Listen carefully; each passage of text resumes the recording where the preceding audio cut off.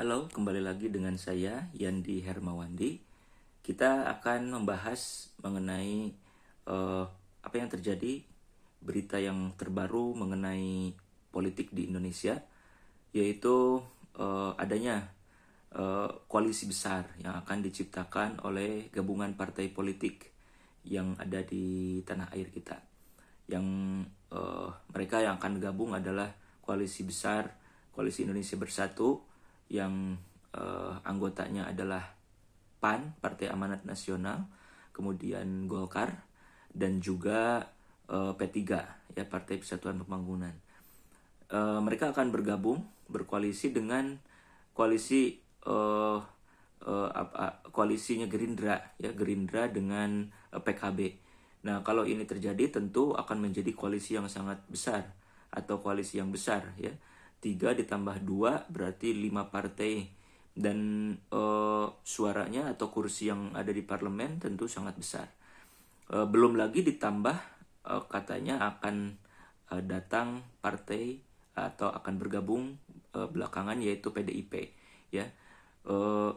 Tapi berita terbarunya adalah bahwa koalisi ini mengalami satu imobilitas karena kan adanya masing-masing dari partai besar yang ada di koalisi ini ingin mencapreskan, begitu ya, ingin mencapreskan tokohnya, begitu.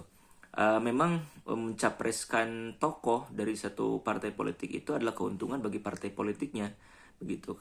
Misalkan Golkar jika mencapreskan Erlangga, maka dia akan memiliki efek elektoral, begitu, bagi partainya.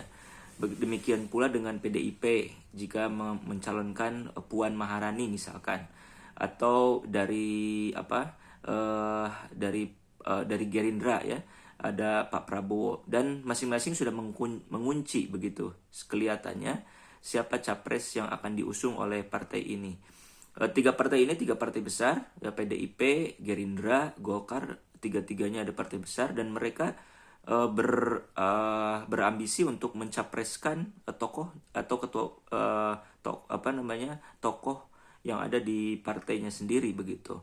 Nah, ini tentu akan menyulitkan koalisi ini apakah akan benar terjadi atau tidak, karena soal pencapresan ini menjadi hal yang sangat penting yang nanti akan merekatkan koalisi besar ini, ya, koalisi dari 5 ditambah 1 partai PDIP tadi itu. Kalau tidak, tentu upaya, ya, untuk menjegal, begitu, koalisi sebelahnya, koalisi perubahan, yaitu koalisi yang telah mengusung Anies Baswedan, tentu akan gagal kalau begitu. Nah, kita lihat kelanjutannya, apakah koalisi ini akan berlanjut atau tidak. Tentu saja kuncinya adalah siapakah capres yang diusung oleh koalisi besar ini, begitu. Apakah Erlangga Hartarto dari Golkar, ataukah Prabowo, atau PDIP punya pilihannya sendiri, atau mereka legowo, ya, mereka legowo tokoh-tokohnya itu hanya menjadi cawapres, begitu, calon wakil presidennya saja.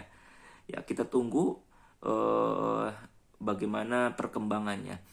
Dan saya kira analisisnya adalah bahwa memang PDIP sendiri saya kira berambisi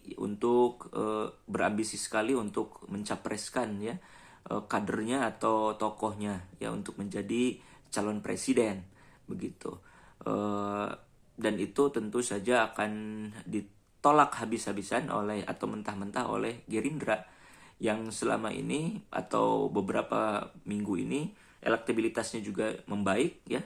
Prabowo ini kadang-kadang juga menyalip, gitu. Kalau kita melihat survei terakhir, menyalip Anies Baswedan, dan tentu saja Ganjar Pranowo yang sudah tertinggal jauh karena ada satu persoalan, ya, minggu lalu.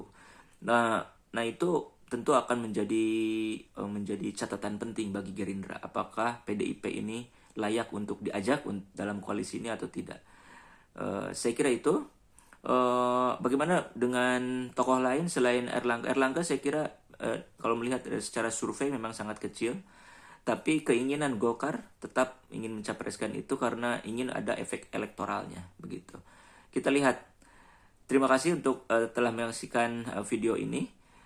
subscribe, like, dan komen agar video atau channel ini tetap berlanjut dan bisa memberikan pengetahuan yang berarti dan berkelanjutan untuk kita semua.